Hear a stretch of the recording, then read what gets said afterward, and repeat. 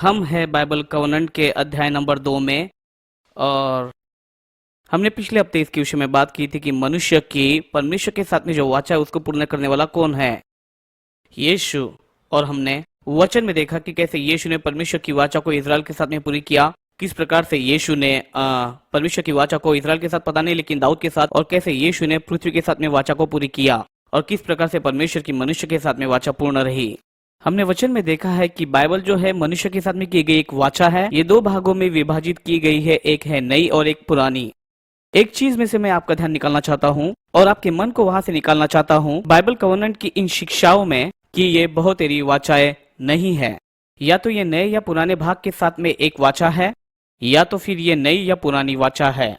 और जब हम इन चित्रों को देखते हैं तो हम लोग बात करेंगे इनमें से कुछ। हम लोग आज बात करेंगे नूह, अब्राहम और दाऊद के विषय में। आप इस बात को देखेंगे कि कैसे उन्होंने परमेश्वर की मनुष्य के साथ के भिन्न वाचाओं के पहलुओं को प्रकट किया। पुरानी वाचा को नई वाचा में प्रकट किया गया है और नई वाचा को पुरानी वाचा में गुप्त रखा गया। पुरानी वाचा में नई वाचा के कुछ हिस्सों को और छाया को रखा गया है। अगर मेरे पास में कोई नया विश्वासी आता है तो मैं चाहता हूँ कि वह नए नियम को पढ़े और नए नियम की शिक्षाओं को वो अच्छे से समझ ले। अगर आप पौलुस की पत्रियों को सच में समझना शुरू करते हैं, जो उसने लिखा है रोमियो को और फिर गलातियों को, और फिर जब आप लौट कर जाते हैं और एक किताब है जिसका नाम है इब्रानियों, हम इसमें वापस जाकर पुराना नियम जोड़ सकते हैं। आप देख सकते हैं कि पूरी बाइबल एक साथ कैसे आती है। और बाइबल जो है वो परमेश्वर की मनुष्य के साथ की वाचा है, जो पूर्णतः जो एक चित्र है जो कि सिद्ध है और फिर पूर्ण है। और आज हम पुराने नियम में से 3 लोगों के विषय में बात करेंगे, परमेश्वर के साथ में उनका अनुभव कैसा रहा जब वाचा प्रकट की गई।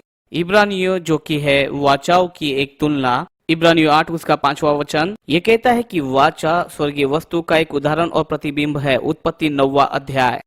परमेश्वर ने नूह और उसके पुत्रों को ये कहा, देख मैं अपनी वाचा को तेरे संग में बांधता हूँ और तेरे आने वाले वंश के साथ और हर एक जीवित प्राणियों के साथ में जो तेरे संग में रहता है, हर एक पशुओं के साथ में, पृथ्वी के सभी पक्षियों के साथ, तुम्हारे साथ में जितने जीव जंतु जहां से निकलते हैं, पृथ्वी के पशुओं के साथ, और मैं अपनी वाचा को तेरे साथ में स्थापित करूंगा।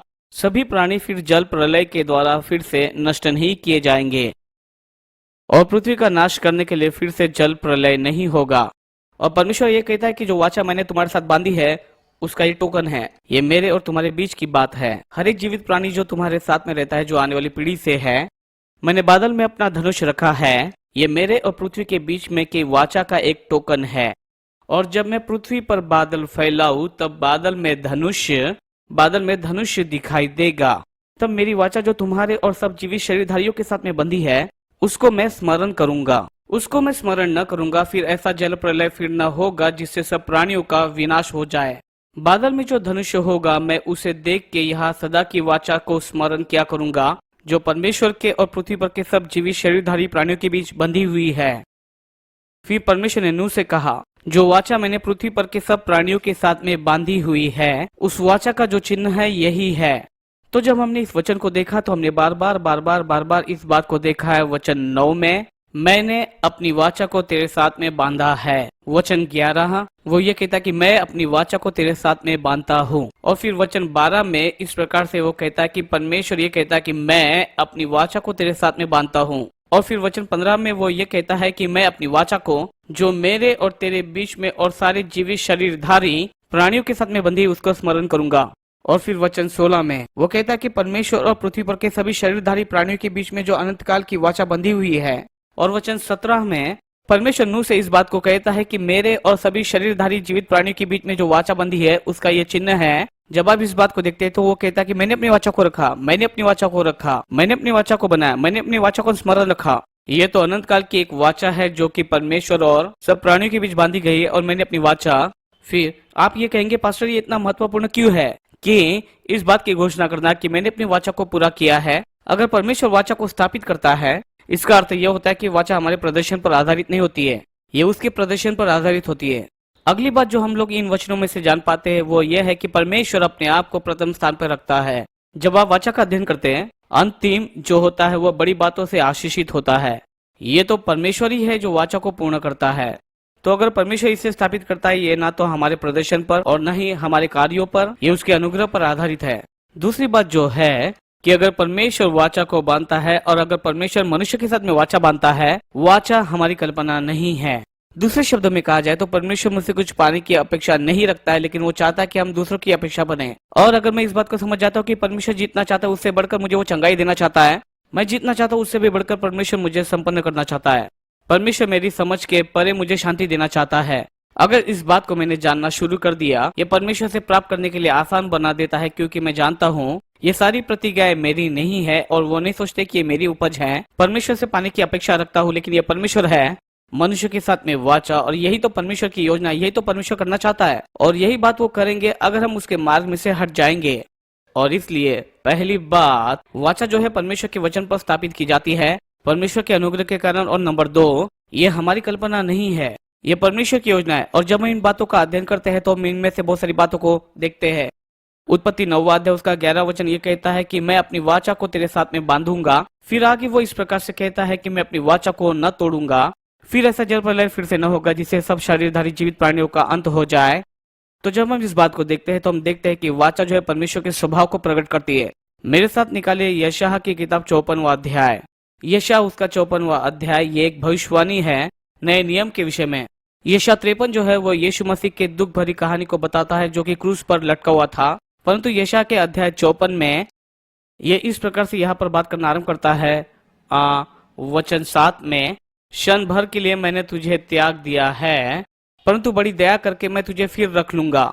परमेश्वर ने मनुष्य को कब त्यागा था? ये यीशु के क्रूस के विषय में बोल रहा है। तो यीशु जब क्रूस पर मरा तो हमारे स्थान पर यीशु चले गए। फिर वो इस प्रकार से पुकारता है, हे पिता, तूने मुझे क्यों छोड़ दिया है? और ये इसलिए हुआ क्योंकि परमेश्वर ने हमारे पापों को यीशु पर डाल दिया था। यीशु हम सभी के लिए पाप की बलि बन चुका था, वो हमारे लिए पाप बन गया था, वो पूर्ण रीति से हमारे जैसा ही था। तो यहाँ पर जब त्याग देने के विषय में बात करता है, वो ये नहीं बोलता है कि परमेश्वर हमें त्यागता है पापों के कारण, लेकिन वो यीशु को त्यागता है क्योंकि हमारे पाप उसके ऊपर थे। अब वो हमें नहीं त्यागता है क्योंकि यीशु ने कहा कि वो हमें कभी नहीं छोड़ेगा और कभी नहीं त्यागेगा, इब्रानियों 13वें अध्याय में। और इसलिए फिर आगे वो इस प्रकार से कहता है कि मैं बड़ी दया करके तुझे फिर रख लूंगा। क्रोध के आवेग में आकर मैंने पल भर के लिए तुझसे मुंह छिपा लिया था। देखिए, जब यीशु मसीह कलवरी क्रूस पर मरे तो परमेश्वर ने अपने सारे क्रोध को, सारे गुस्से को और सारे दंड को उस पर उंडेल दिया, मसीही पर, उस क्रूस पर। और अब परमेश्वर हम सभी विश्वासियों पर अपने क्रोध को, अपने गुस्से को और अपने दंड को नहीं उंडेलेगा। सुसमाचार को समझने का यही एक तरीका है। रोमी 8वां अध्याय उसका पहला वचन कहता है, जो प्रभु यीशु मसीह में उन पर किसी भी प्रकार की दंड की आज्ञा नहीं है। अगर आप इस बात का अध्ययन करते हैं तो आपको पता चलता है कि जो मसीह यीशु में उन पर किसी भी प्रकार की कोई दंड या किसी प्रकार का दोष नहीं है। फिर आप कहेंगे बाकी वचन के विषय में कहा जहाँ लिखा गया है कि शरीर के अनुसार नहीं लेकिन आत्मा के अनुसार जीते। असल में जिस बात के विषय में ये बताता है, रोमी 7वें अध्याय और रोमी 8वें अध्याय के संदर्भ में अपने ही प्रदर्शन पर भरोसा करने के विषय में और अपने ही कार्यों पर भरोसा करने के विषय में। तो शरीर भिन्न भिन्न प्रकार के हो सकते हैं, जहाँ पर वो संसार के अधर्मी शरीर होते हैं, जैसे अभिलाषा में जीना या फिर कामुकता में जीना या ऐसा ही कुछ। फिर आता है धार्मिक शरीर, और ये दोनों ही बुरे हैं। तो जब आप अपना भरोसा यीशु पर रखते हैं, वो क्या कहता है कि जब आप यीशु मसीह में आते हैं, अगर आपने नया जन्म पाया है तो आप यीशु मसीह में हो। आत्मिक तौर से इस बात को कहा जाए, या तो आप यीशु मसीह में हो या फिर आप यीशु मसीह के बाहर हो। आप यीशु मसीह में हो या फिर बाहर हो। ऐसा नहीं है कि आप आधे यीशु में हो और आधे बाहर हो। अगर आज आपकी मृत्यु हो जाती, या तो आप सीधे स्वर्ग में जाओगे या तो सीधे नरक में जाओगे। अगर आज आपकी मृत्यु हो जाती और आप सीधे स्वर्ग में चले जाते हो, ये इसलिए क्योंकि आपने यीशु पर विश्वास किया, आप यीशु मसीह में हो। जो कोई यीशु मसीह में है, 2 कुरिन्थी 5:17 ये कहता है कि वही व्यक्ति एक नई सृष्टि बन जाता है। पुरानी बातें बीत चुकी है, देखो सब बातें नई हो चुकी है और परमेश्वर ने सभी बातों का अपने साथ में मेल मिलाप किया है, इत्यादि इत्यादि। तो जब हम इस बात को देखते हैं, वो कहता है क्रोध के आवेग में मैंने तुझसे मुंह छिपाया था। वो कहता है कि परमेश्वर ने अपने सारे क्रोध को यीशु पर और उस क्रूस पर उंडेल दिया। ये एक भविष्यवाणी है। यशायाह 53 में मसीह को क्रूस पर चढ़ाया गया है, मसीह क्रूस पर है और मसीह यीशु शोकित व्यक्ति जिसने हमारी सारी शर्म को, सारे पाप को और सारी बीमारी को उठा लिया, हमारे सारे शर्म को ले लिया। यीशु ने इन सारी बातों को क्रूस पर ले लिया, हमें इसे लेने की आवश्यकता नहीं। तो वो यहाँ पर जो कहना चाहता है, वो कहता है क्षण भर के लिए मैंने तुझे छोड़ा लेकिन दया करके तुझे रख लूंगा और अपना मुंह तुझसे मैंने छिपा रखा था। यीशु मसीह कलवरी के क्रूस पर था, लेकिन अनंत दया के साथ मैं तुझ पर दया दिखाऊंगा, तेरी छुड़ाने वाले का यही वचन है। यह मेरी, वो यहाँ पर नई वाचा के विषय में बात करता है। वचन 9 में वो कहता है कि ये मेरे दृष्टि में नूह के समय के जल प्रलय के समान है, क्योंकि जैसे मैंने शपथ खाई थी कि नूह के समय के जल प्रलय से पृथ्वी फिर न डूबेगी, वैसे ही मैंने शपथ खाई थी कि ना तुझ पर क्रोध करूंगा, ना कभी तुझको धमकी दूंगा। ये उन वचनों में से है जो बिल्कुल वाह है। ये मानो बिल्कुल है। मेरा मतलब परमेश्वर के अनुग्रह और परमेश्वर की भलाई के विषय में सोचना एक बहुत ही जबरदस्त बात है। परमेश्वर के प्रेम के विषय में बोलना। और ये कहता है, कितने लोगों का ये मानना है कि परमेश्वर फिर से पानी के द्वारा पृथ्वी का नाश करेगा? कोई है यहाँ पर? जैसे नूह के दिनों में किया था। कोई विश्वास नहीं करता। कोई भी इस बात पर विश्वास नहीं करता कि परमेश्वर सारी पृथ्वी को प्राणियों के साथ में फिर से पानी के द्वारा नाश करेगा, जैसे नूह के दिनों में किया था। लेकिन कितने लोग हैं जो मानते हैं कि परमेश्वर आप पर क्रोधित होता है, आप पर गुस्सा करता है?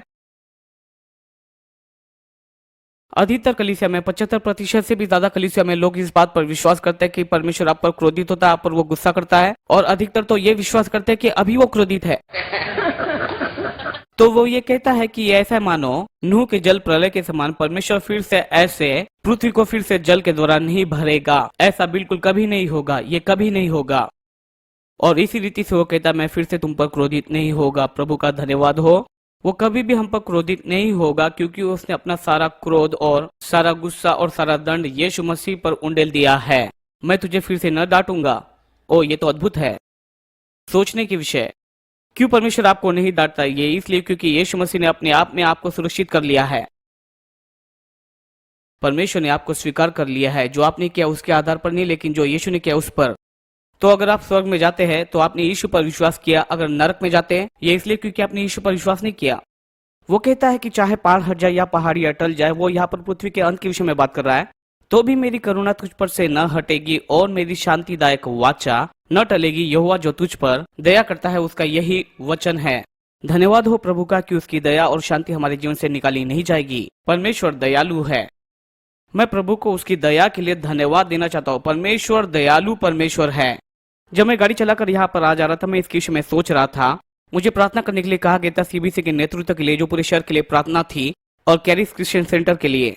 और इसीलिए जब मैंने प्रार्थना की तो मैंने इस प्रार्थना को किया कि इस शहर में धार्मिकता और शांति का वास हो। और हमारी भी कुछ चुनौतियां और कुछ अन्य बातें हैं। मैं असल में वहां पर गया था और स्टीव बॉक जबकि वो मेयर बनने पर था, और मैं असल में शांति और धार्मिकता के लिए प्रार्थना कर रहा था। लेकिन ये व्यक्ति था जो प्रार्थना कर रहा था, ओ प्रभु हमें क्षमा कर, हम पश्चाताप करते हैं। संसार भर की सारी समस्याओं के लिए कलीसिया ही जिम्मेदार है। असल में कलीसिया जिम्मेदार नहीं है, हम उसके उत्तर है। यीशु उसके उत्तर है और हमारे पास उत्तर है। और मेरा ध्यान हमारे पापों पर और हमारी कमियों पर नहीं है। मैं ये नहीं कहता हूँ कि हम लोग बातों को गलत नहीं करते हैं, लेकिन मैं ये कहता हूँ कि हम लोग समस्या नहीं, लेकिन हम लोग उत्तर है। हम इस संसार के जरूरतों के उत्तर है। और यहाँ पर एक व्यक्ति के साथ में मेरी कुछ समस्या थी, और फिर उसके पश्चात स्टीव बॉक जब चुनाव को जीते तो उन्होंने एंड्रू वोमर के साथ में मीटिंग रखना चाहा। उन्होंने कहा कि स्टीव लॉसन भी उनके साथ आए, लेकिन मैं कुछ काम के सिलसिले में, मेरे बेटे के समर कैंप के सिलसिले में मैं वहां पर गया था और हम लोग वहां पर नहीं थे। और इस सिलसिले में मैंने उनको एक लेटर भी लिखा था, और इसके विषय में वे कानून बदल रहे हैं ताकि वो सही बातों को कर सके। और मैं सोच रहा था कि शांति राज करे और धार्मिकता राज करे। मैं चाहता था कि दया और अनुग्रह राज करे। बहुत सारे लोग न्याय को खोजते, लेकिन मैं न्याय को नहीं खोजता हूँ। अगर मुझे न्याय मिले, जो मुझे चाहिए, अगर वो मुझे मिले तो मैं तहस नहस कर दूंगा, और मुझे फिर ऐसा मौका नहीं मिलेगा कि मैं इसे फिर बना सकूं। और मैं न्याय को नहीं खोजता हूँ। प्रभु का धन्यवाद हो। नहीं न्याय के विषय में सेवा करता हूँ। परमेश्वर का धन्यवाद हो कि हमारा परमेश्वर अनुग्रह का परमेश्वर है। हम पर दया हुई है। जैसा हमारा परमेश्वर अनुग्रहकारी और दयावंत है, वैसे मैं भी अनुग्रहकारी बनना चाहता हूँ और दूसरे लोगों पर मैं दया दिखाना चाहता हूँ। और इसलिए जब हम इस बात को समझते हैं, ये बदलता है कि कैसे हम अपने जीवन को जिए। ये वाचा जो परमेश्वर ने नूह से बांधी थी, जब उसकी वाचा को स्थापित करता है, ये उसके स्वभाव को प्रकट करता है। और परमेश्वर का जो स्वभाव है वह अनुग्रह और दया का स्वभाव है। उसका स्वभाव नाश करने का नहीं है। प्रभु का धन्यवाद हो। परमेश्वर आपको नाश नहीं करना चाहता, लेकिन वो आपको आशीष देना चाहता है। और उसने यीशु को आपको आशीषित करने के लिए भेजा है। आप आशीषित हो। आपकी आत्मा में आप आशीषित हो सकते हो। मन और शरीर में अगर आप मन को नया बनाते हो वचन के अनुसार, उसके लिए प्रभु का धन्यवाद हो। हमने बहुत सारी बातों को देखा है। परमेश्वर की वाचा अनंत काल की वाचा होती है। जब आप इसका अध्ययन करते हैं अनंत काल की वाचा के विषय में, उत्पत्ति अध्याय 9 में और वचन 16, आज हमारे पास में न बदलने वाले परमेश्वर के न बदलने वाले वचन है। हमारा परमेश्वर कभी बदलता नहीं। प्रभु का धन्यवाद। उसके वचन कभी नहीं बदलते। जब नूह के जीवन का आप अध्ययन करते हैं, नूह को नकार दिया गया था और नूह को जहाज बनाने के लिए करीबन 100 साल लगे। परमेश्वर ने उसे जहाज बनाने के लिए कहा था। जब उसने शुरू किया तो वो 500 साल का था और जब खत्म किया तो वो 600 साल का था। लोग उसकी ठट्टा और मजाक उड़ा रहे थे, लोग उसके विरुद्ध में आ चुके थे, लेकिन परमेश्वर की दृष्टि में उसने अनुग्रह पाया और उस जहाज को बनाने के लिए उसे 100 साल लग गए। परमेश्वर के वचन पर वो कार्य कर रहा था और बहुत सारे बाइबल स्कूल के विद्वानों की यह सोच है कि पृथ्वी में कभी बारिश नहीं हुई थी और पृथ्वी में से ही ओस निकला करती थी। और ये बात बहुत ही अद्भुत है कि नूह ने 100 साल को बिताया जहाँ पर लोग उसकी आलोचना कर रहे थे वगैरह वगैरह। लेकिन बाइबल हमें बताती है, दूसरा पत्रस उसका दूसरा अध्याय उसके 5वें वचन में, धार्मिकता का प्रचारक। नूह ने धार्मिकता कैसे प्राप्त की? विश्वास से। इब्रानियों 11 अध्याय उसका 7वां वचन बताता है कि नूह एक विश्वास का जन था।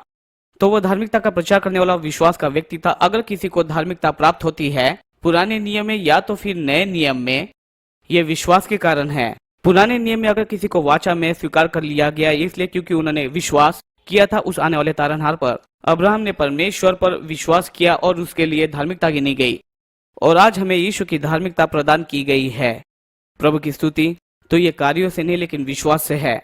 नूह के साथ में परमेश्वर की वाचा परमेश्वर के नाश न करने और प्रेम के स्वभाव को प्रकट करती है और वो बदलता नहीं है और अनंत काल का है। दूसरा व्यक्ति जिसके विषय में आज हम लोग देखने वाले जो परमेश्वर की वाचा को प्रकट करता है वो है अब्राहम। उसे कहा जाता है हमारे विश्वास का पिता। और आज मेरे साथ निकाले उत्पत्ति की किताब उसका 17 अध्याय। कुछ अद्भुत बातों का हम यहाँ पर अध्ययन करेंगे।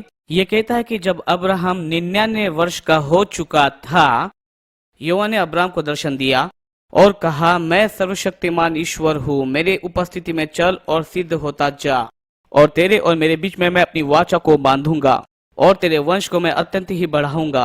और अब्राहम अपने मुंह के बल गिरा और परमेश्वर ने उससे यो बातें करता गया, देख मेरी वाचा तेरे साथ बंधी रहेगी, इसलिए तू जातियों के समूह का मूल पिता होगा। इसलिए अब से तेरा नाम अब्राहम नहीं लेकिन अब से तेरा नाम अब्राहम होगा, क्योंकि मैंने तुझे जातियों के समूह का मूल पिता ठहराया है। मैं तुझे अत्यंत फलवंत करूंगा, तुझको जाति जाति का मूल बना दूंगा और तेरे वंश में राजा उत्पन्न होंगे। और वाचा को बांधता हूँ, इस शब्द को देखा, मैं तेरे साथ और तेरे पश्चात पीढ़ी पीढ़ी तक तेरे वंश के साथ में भी, कि मैं तेरा और तेरे पश्चात तेरे वंश का भी मैं परमेश्वर रहूंगा, ताकि तेरा परमेश्वर ठहरूं और तेरे आने वाले वंश का भी। बहुत सारी बातें यहाँ पर ऐसी जो ऊपर ही दिखाई पड़ती है। परमेश्वर अब्राहम के सामने प्रकट होता है, लेकिन अब्राहम कई सालों से परमेश्वर के पीछे चल रहा था। उत्पत्ति 12वें अध्याय में बाइबल इस बात को प्रकट करती है कि परमेश्वर ने अब्राहम से बात की थी। अब्राहम जब 75 साल का था तब परमेश्वर ने उसे कहा था कि अगर वो छोड़ दे और अब कैलडीज, जिस बात को हम लोग बेबीलोन समझते हैं, और जिस देश को बताया अगर उसमें जाए अपने पिता के घर को छोड़कर तो वो उसे आशीषित करेगा और उसके नाम को वो बड़ा करेगा और उसके द्वारा पृथ्वी के सारे परिवार आशीषित होंगे वगैरह वगैरह। अब्राहम ने परमेश्वर की आधी आज्ञा को माना, पूर्ण रीति से आज्ञा नहीं माना। तो उसने अपने साथ में अपने पिताजी को भी लिया और अपने भतीजे लूत को भी लिया। तो वे लोग आधे रास्ते तक पहुंचे, हारान तक। और उसके पिताजी जब मरे, उसके पिता तेरह जब मरे तो वो प्रतिज्ञा के देश की ओर आगे बढ़ा। और फिर जब वो आगे बढ़ा तो उस समय में उसकी उम्र 75 साल थी। अगर प्रेरित 7 का अध्ययन आप करते हैं और इसका लेखा लेते हैं, मुझे यकीन है प्रेरित 7वें अध्याय में लिखा है, परमेश्वर ने असल में बात की थी अब्राम से। उत्पत्ति 12वें अध्याय में जब वह हरान देश को छोड़कर प्रतिज्ञा की देश की ओर आगे बढ़ रहा था, उस समय में परमेश्वर ने उससे बातें की, शायद उससे भी पहले। और करीबन 25 सालों से ये वचनों को अब्राहम अपने अंदर में लिए चल रहा था और उसकी वो निरंतर सुधि रख रहा था, लिए चल रहा था और तकरीबन प्रतिज्ञा के देश में पहुंच ही चुका था। फिर वो प्रतिज्ञा के देश की ओर जा रहा था उत्पत्ति 12वें अध्याय में। लेकिन यहाँ पर उत्पत्ति 17 अध्याय में वो अब 99 वर्ष का हो चुका था और परमेश्वर के दिए वचन पर वो अभी भी विश्वास कर रहा था। और ध्यान दी यहाँ पर वो क्या कहता है, परमेश्वर अब्राहम के सामने प्रकट हुआ और उसने उससे कहा कि मैं सर्वशक्तिमान परमेश्वर हूँ। सर्वसामर्थी परमेश्वर के लिए इब्रानी शब्द है एल शदाई। इसका अर्थ है कि मेरे पास में बहुत है, मैं बहुतेरा हूँ, मेरे पास में अधिक है और मैं परमेश्वर हूँ जो मेरे लिए काफी है। इसका अर्थ है कि परमेश्वर के पास में इतनी बहुतायत है और जो बहती रहती है और जिसमें हमें कभी किसी बात की कमी नहीं हो सकती, जो उसके पास में बहुतायत है उसमें से। अगर परमेश्वर की बहुतायत के साथ में अपनी मांग की तुलना करते तो आपकी मांग कुछ भी नहीं है। परमेश्वर की बहुतायत के साथ में ये तो बिल्कुल कुछ भी नहीं। प्रभु की स्तुति। तो वो कहता है कि मैं एक सर्वसामर्थी परमेश्वर हूँ, मेरे पास में सब बातों की पूर्णता है, मैं सर्वसामर्थी परमेश्वर हूँ, मेरे पास में कमी घटी नहीं है, मेरे अंदर से बहुतायत इतनी निकलती है कि तुम इस बात को ले भी नहीं सकते हो। तो वो उसके सामने प्रकट हुआ और अपने आप को उसके सामने में लेकर आया और उसने कहा कि मेरे साथ में तुम एक संबंध को बनाओ। क्या ये अद्भुत बात नहीं है कि जब परमेश्वर हमें बुलाता है वो चाहता है कि हम उसके साथ में एक संबंध को रखें। मेरे साथ में चलो तब तुम पवित्र और सिद्ध व्यक्ति होगे। और वो कहता है कि मैं अपनी वाचा को पूर्ण करूंगा। यहाँ पर कौन वाचा को बांध रहा है? परमेश्वर वाचा को बना रहा है, परमेश्वर इन सारी वाचा को स्थापित कर रहा है। मेरे अंदर में हाँ पहले से ही परमेश्वर प्रथम है और मैं तेरे वंश को बहुतायत से बढ़ाऊंगा। अगर आप इस बात को समझना शुरू कर देते कि परमेश्वर अधिक का परमेश्वर है और वह बहुतायत का परमेश्वर है और वो एल शदाई है और उसके पास में बहुतायत भरी है जो उसमें से उमड़ती है, उसकी बहुतायत की तुलना में संसार की कोई भी मांग उसकी बिल्कुल भी बराबरी नहीं कर सकती। मेरे आगे चलो और मैं तुम्हें सिद्धता की ओर लेकर जाऊंगा। मैं तुम्हारे साथ में अपनी वाचा को बांधूंगा और मैं तुम्हें बहुगुणित करते जाऊंगा। अगर आप इस बात को समझ जाते हैं कि परमेश्वर ऐसा ही है और आप परमेश्वर के साथ में इस प्रकार से संबंध में आते हैं, आप इस बात को देखेंगे कि परमेश्वर कौन है और परमेश्वर के उन सारे स्वभाव को अपने जीवन में प्रकट होता हुआ देखेंगे। ये तो मानो बिल्कुल वैसा ही है जैसे कि आप किसी अमीर मित्र के साथ में रहना शुरू कर देते हैं। उनके साथ में रहने के द्वारा ही उनके जीवन के कुछ लाभ आपके जीवन पर भी प्रकट होने लगते हैं। मैं एक शिक्षक को जानता हूँ, जब वो यहाँ पर थी उसका एक बेटा जब जीवित था और उसके कई सारे ऐसे मित्र थे जिनके पास में उससे भी कई ज्यादा पैसा था और उनके पास में निजी हवाई जहाज थे और उसी में वो घुमा फिरा करते थे और बाकी सारी चीजों को किया करते थे। और देखिए जैसा वो जीवन जिया करता था उससे ये जीवन बिल्कुल अलग था। प्रभु की स्तुति। और देखिए जब आप इस प्रकार से रहने लगते हैं, प्रभु भजन की किताब में ये कहता है कि वो हमें प्रतिदिन आशीषों से तृप्त करता है। ये तो सचमुच बहुत ही लाभकारी है। यही शब्द मैं बोलना चाहता था, लाभकारी। मसीह के द्वारा हम लोग सर्वसामर्थी परमेश्वर के लाभकारी है, लेकिन परमेश्वर के साथ के संबंध में चलने से ही लाभ होता है। और जब अब्राहम ने परमेश्वर के साथ में संबंध बनाया तो परमेश्वर ने अब्राहम से कहा, मैं सर्वसामर्थी परमेश्वर हूँ, मैं बहुतायत का परमेश्वर हूँ, मैं ऐसा परमेश्वर हूँ जिसे तुम ले नहीं सकते। पूरा संसार इस बात को ले नहीं सकता है। वो सारी बहुतायत जो मेरे पास में है, मेरे साथ में तुम अपने संबंध को बना लो और मैं तुम्हें बहुतायत के द्वारा बहुगुणित करूंगा।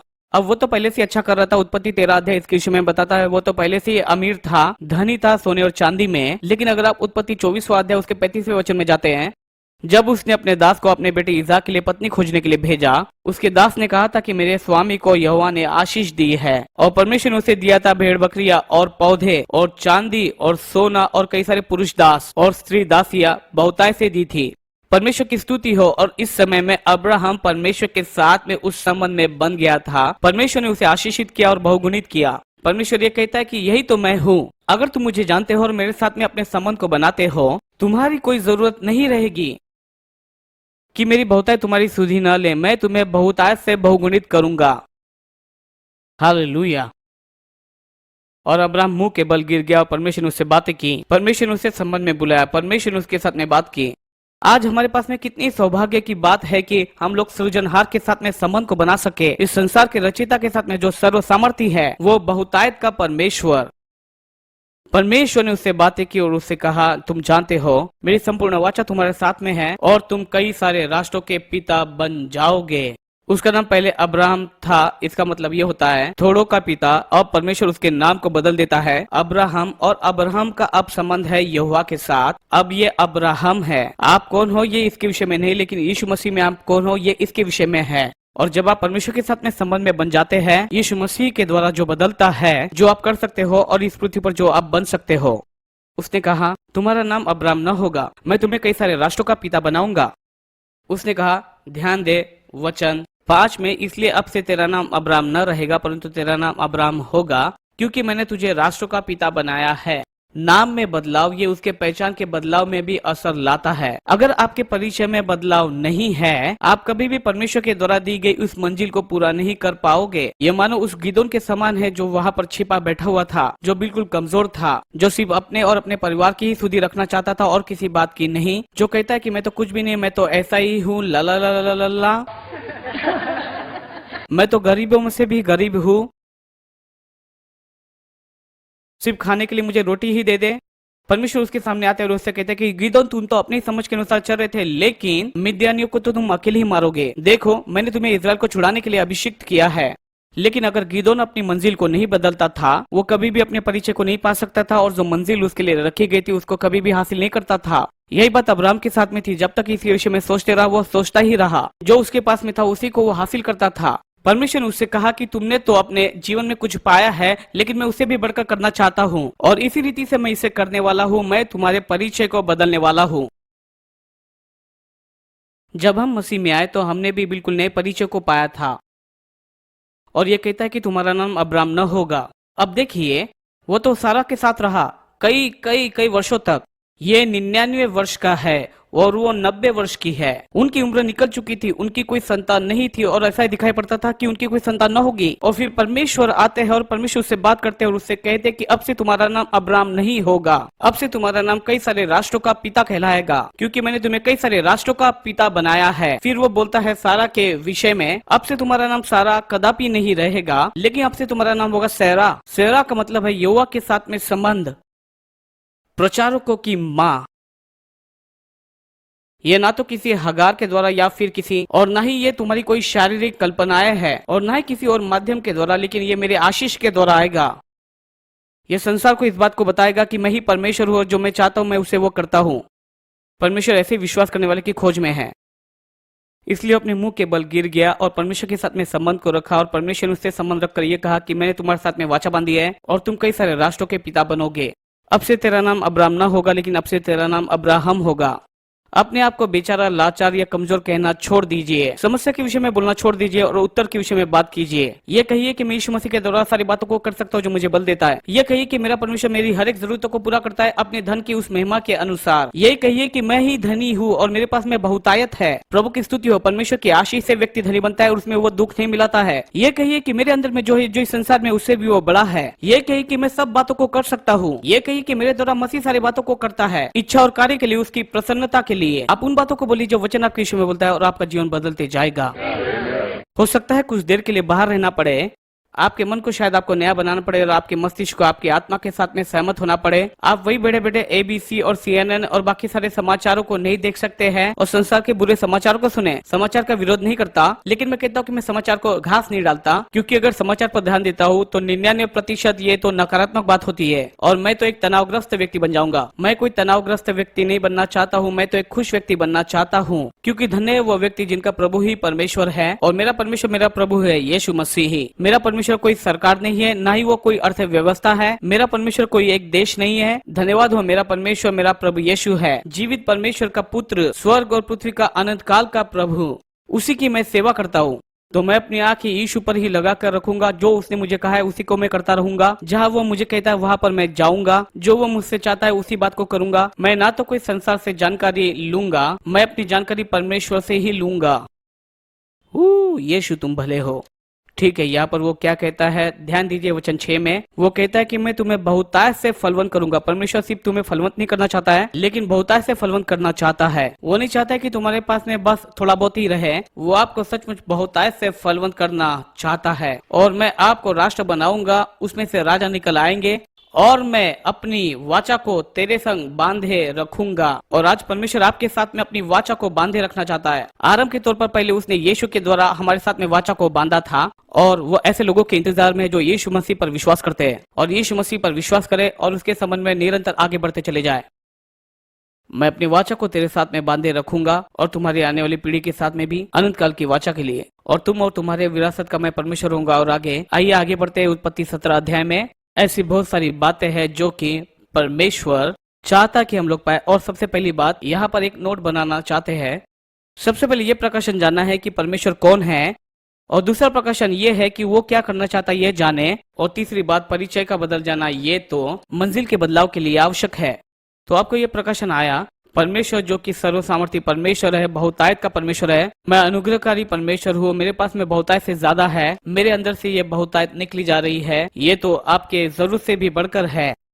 और जब आप उसके संबंध में बन जाते हो और ये समझने लगते हो कि वो क्या करना चाहता है, तो इसे अपने जीवन में आप प्रकट होता देखते। और उत्पत्ति 17 अध्याय में अब्राहम ने खतने को किया था एक चिन्ह, वाचा के चिन्ह के रूप में। और फिर परमेश्वर ने ये कहा, जो आपके पैसों के द्वारा खरीदा गया या आपके घर की कोई बात। दूसरे शब्दों में ये गीत गाने के समान है। जब हमारा संबंध परमेश्वर के साथ में जुड़ जाता है, जो कुछ भी हमारे पास है वो उसका है, जो कुछ भी आज हम है वो उसका है। उत्पत्ति 17 अध्याय उसका 15 से लेकर 21 वचन तक परमेश्वर के साथ के संबंध में चलना, यह आपके करीबी लोगों पर असर डालेगा, ये आपके पत्नी पर, आपके बच्चों पर असर डालेगा, आपके पति पर असर डालेगा जो भी करीब है, या आपके करीबी लोगों पर प्रभाव डालेगा। अब्राहमिक वाचा ये मसीह के द्वारा स्थापित की गई थी, वाचा के द्वारा तोड़ी गई थी। आप वचन में पढ़ सकते हैं जब आपको समय मिले। अब तीसरे व्यक्ति के विषय में हम लोग देखेंगे। हमने नूह के विषय में देखा और फिर नूह ने दर्शाया कि परमेश्वर ने वाचा स्थापित की। इसका महत्वपूर्ण होने का कारण यह है क्योंकि परमेश्वर ने इसे स्थापित किया। ये मेरे प्रदर्शन के आधार पर स्थापित नहीं हुआ। वही है जो इसे स्थिर करता है, वही है इसे पूरा करता है। और दूसरी बात यह है, वाचा ये कोई मेरी कल्पना नहीं है। मैं परमेश्वर से कुछ पाने की अपेक्षा नहीं करता हूँ, वही मुझे कुछ देना चाहता है, अगर वो मेरे दिमाग को इसमें से दूर रख सके तो। सही है। तो परमेश्वर अपनी वाचा को स्थापित करता है। दूसरी बात जो हमने देखा है कि अब्राहमिक वाचा जो स्थापित की गई है संबंधों के द्वारा। और जब आप परमेश्वर के साथ में संबंध में चलते हैं, आप ये समझने लगते हैं कि परमेश्वर कौन है। आप इस बात को देखेंगे कि कैसे परमेश्वर आपके जीवन में प्रकट होता है। देखिए, सत्य तो यह है कि बहुत सारी कलीसिया इस बात को नहीं जानते कि परमेश्वर कौन है। वो परमेश्वर को कोई हल्की चीज मानते हैं। उनका मानना यह है कि परमेश्वर चाहता है कि आप कमी में रहे और वो आपको निरंतर समस्या में डालते रहता है। वो इस बात को नहीं जानते कि संसार के कारण आपको यातनाएं मिलती रहती है और अधिकतर आपकी समस्याएं, और फिर शैतान जो आपके विरुद्ध में है, परमेश्वर आपकी ओर से है। देखिए, ये तो इस प्रकार से बहुत सारी कलीसियाओं का ऐसा मानना है कि जो कुछ भी आता है ये तो परमेश्वर की ओर से है। सालों पहले जब मैं किटकासन में पास्टर था और जब मैं यहाँ पर आने के लिए गाड़ी में था कि बाइबल स्कूल में मैं सिखाऊं, मैं धीमी गति में जा रहा था और एक क्रिश्चियन रेडियो चल रहा था और मैं वहां पर कुछ सुन रहा था। और फिर उसमें एक प्रचारक आए। वो कहने लगे जो कुछ भी आपके जीवन में चल रहा है वो परमेश्वर के कारण आया है। आपके जीवन में बीमारी है, उसके कारण ही आई है। अगर तुम गरीब हो, ये तो परमेश्वर की ओर से है। अगर तुम तनाव में हो, ये भी परमेश्वर की ओर से है। हर एक बात परमेश्वर की ओर से नहीं आती। जिस बाइबल को मैं पढ़ता हूँ उसे तुम्हें भी पढ़ना चाहिए। और ये जानने की जरूरत है कि परमेश्वर आपको कोई बीमारी या गरीबी या तनाव नहीं देता है। ये बिल्कुल उसका स्वभाव नहीं है। अगर सच्चा परमेश्वर कौन है इसे जान जाओगे तो आपका जीवन बदल जाएगा। मैं करीबन 2.5 मिनट तक इस बात को सुनते रहा और मैं अपने आप को रोक नहीं पाया और फिर मैंने बंद कर दिया। कलीसिया के द्वारा कई ऐसी सारी बातें हैं जो आपको खिलाई जाती है, वो और कुछ नहीं लेकिन धर्म है। आपको जीवन नहीं लेकिन आपको मार डालेगी। ये जीवन उत्पन्न नहीं करता, ये मृत्यु उत्पन्न करती है। अगर आपको लगता है कि परमेश्वर के कारण ही मुझे गरीबी, तनाव और सारी चीजों का सामना करना पड़ता है, बेहतर है कि किसी और विषय में बात करो। आइए हम लोग देखते हैं दाऊद के विषय में। ठीक है, दूसरा शमूएल अध्याय 23 और आइए देखिए दूसरा शमूएल अध्याय 23 में। धन्यवाद यीशु। हर कोई कहे यीशु मुझसे प्रेम करता है। यह मैं जानता हूँ क्योंकि ये बाइबल मुझे बताती है। धन्यवाद प्रभु का अच्छा गीत है ये। ठीक है, दूसरा शमूएल अध्याय 23 अभी शायद दाऊद के अंतिम शब्द है। अब हम दाऊद के विषय में बात करें। दाऊद हमें बताता है कि कैसे वाचा में स्थिरता रखे। उसके अंतिम शब्द उसके पहले शब्दों से भी ज्यादा महत्वपूर्ण है। मैं आशा करता हूँ जब तक मैं बूढ़ा हो जाऊं, जो मैं कहना चाहता हूँ शायद लोग उसे सुनेंगे। डॉक्टर समरॉल ने कहा था कि तुम्हारे जीवन में 3 स्तर आते हैं। पहले 30 साल सीखने के लिए और अगले 30 साल सीखा हुआ करने के लिए। और उन्होंने कहा कि जब तक आप 60 साल के हो जाते हैं, जो कुछ भी आपने सीखा उसे वो सुनना चाहते हैं, आप इसे ले ले। ठीक है, तो आपके अंतिम शब्द आपके पहले के शब्दों से ज्यादा महत्वपूर्ण होने चाहिए। ठीक है, दाऊद यीशु के पुत्र की ये वाणी है, उस पुरुष की वाणी है जो ऊंचे पर खड़ा किया गया, याकूब के परमेश्वर का अभिषिक्त और इस्राएल का मधुर भजन गाने वाला है। यहोवा का आत्मा मुझ में होकर ये बोला और उसी का वचन मेरे मुंह में आया। यह अद्भुत बात है कि परमेश्वर की आत्मा आपके द्वारा बोलती है। यहोवा का आत्मा मुझ में होकर बोला और उसी का वचन मेरे मुंह में आया। इस्राएल के परमेश्वर ने कहा है, इस्राएल की चट्टान ने मुझसे बातें की है कि मनुष्य में प्रभुता करने वाला वो एक धर्मी होगा जो परमेश्वर का भय मानेगा। वो किसके विषय में बात कर रहा है? वो यीशु के विषय में बात कर रहा है। वो उसके विषय में बात कर रहा है जो इस्राएल पर राज करेगा। परमेश्वर ने एक वाचा बांधी थी दाऊद के साथ, और परमेश्वर की दाऊद के साथ की वाचा में उसने इस बात को कहा था कि उसके घराने में से कोई भी कभी भी इस्राएल के घराने के सिंहासन पर नहीं बैठेगा। परमेश्वर के दाऊद के साथ की इस वाचा के बाद दाऊद ने जाकर बशशीबा के साथ में जाकर व्यभिचार को किया और एक बच्चा उत्पन्न हुआ और बशशीबा के पति को मार दिया। फिर भी प्रभु ने प्रतिज्ञा नहीं तोड़ा और परमेश्वर ने यह कहा कि यही तो उसका जीवन है। और परमेश्वर ने इसी बात को वहां पर किया। वो कहता है कि मनुष्य में प्रभुता करने वाला एक धर्मी होगा जो परमेश्वर का भय मानता हुआ प्रभुता करेगा। दाऊद ने वचन 4 में कहा वो मानो भोर का प्रकाश होगा। वो बात कर रहा है यीशु के आने के विषय में। वो बात कर रहा है उस बीच के विषय में, इस्राएल और मनुष्य जाति पर राज करेगा। ऐसी सुबह जिसमें बादल न हो, जैसा वर्षा के बाद भूमि पर हरी हरी घास उगाती है निर्मल प्रकाश से वर्षा के बाद। क्या कभी सुबह उठकर आप दौड़ने के लिए गए जब सूरज उगने पर ही था और घास पर सुंदर ओस बिछी रहती है? यह अद्भुत बात है। मैं हफ्ते में 6 दिन दौड़ता हूँ और ये अच्छा है। मैं सुबह जल्दी उठ जाता हूँ और बाहर जाता हूँ। अगर पत्नी साथ में है तो उससे बात करता हूँ, अगर नहीं है तो यीशु से बात करता हूँ। प्रभु की स्तुति। ये एक सुंदर सी बात है, लेकिन वो बात कर रहा है यीशु जो कि ताजगी लेकर आता है, वो तो पवित्र और न्यायी होगा।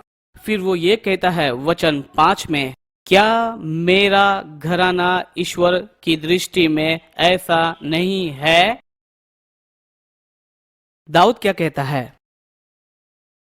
दाऊद कहता है, मैं वो व्यक्ति नहीं हूं जो इस सिंहासन पर राज करेगा, क्योंकि मुझे पता है कि मैंने अच्छा काम नहीं किया है और मुझे करना नहीं चाहिए। और बाद में वो अपने जीवन में इस प्रकार से अपने बच्चों को देखता है, अपने पोता पोती को देखता है। वो कहता है कि मुझे पता है वे इन स्तरों में नहीं बैठते हैं, मुझे पता है कि वे भी अच्छे नहीं कर रहे हैं।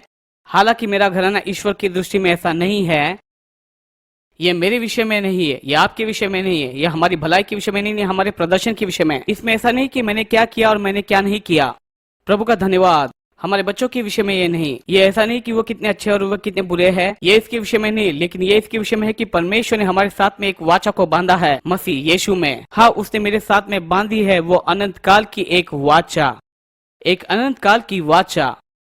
जब आप प्रकाशित वाक्य की किताब का अंत पढ़ेंगे, यीशु उठकर इस बात को कहता कि मैं वही हूँ जिसके पास में दाऊद की कुंजी है। वो तो दाऊद का बीज है, वही है जिसके साथ में वाचा को बांधा गया है। परमेश्वर अपने वचन का बाध्य है और उसका वचन हमारे कार्यों पर आधारित नहीं है, ये यीशु के विषय में है। हाँ, उसने स्थापित किया है, उसने अपनी वाचा को हमारे साथ में स्थापित किया है यीशु मसीह के द्वारा। वो कहता है, क्या मेरा घराना ईश्वर की दृष्टि में ऐसा नहीं है? मुझे याद है जब मैंने कलीसिया को आरंभ किया, हम लोग कठिनाई में थे। हमें करीबन 6 महीने लगे 40 लोग पाने के लिए, और इन 6 महीनों के दौरान ऐसा दिखाई पड़ता था जैसे ये खाली हो चुका है। मैं उस समय कोई तनख्वाह भी नहीं लेता था। कई बार तो हमारे दान दशमांश में $100 से भी कम आता था, और ये बहुत ही कम था। उसमें मैं 50 डालता था।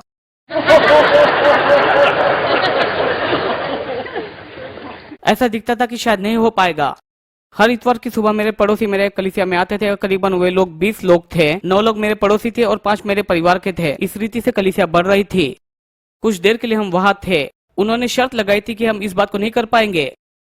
और फिर कुछ सालों के पश्चात में रास्ते के पार के पड़ोसी से मेरी मुलाकात हुई। वो रिटायर्ड एयरफोर्स कर्नल था। वो 3 एयर बेसेस को चलाता था, एक डेट्रॉइट मिशिगन में और एक कंसास सिटी में और एक ओहाई में। उन्होंने शर्त लगाई थी कि तुम नहीं कर पाएंगे, लेकिन उन्हें पता चला कि तुमने कर दिखाया।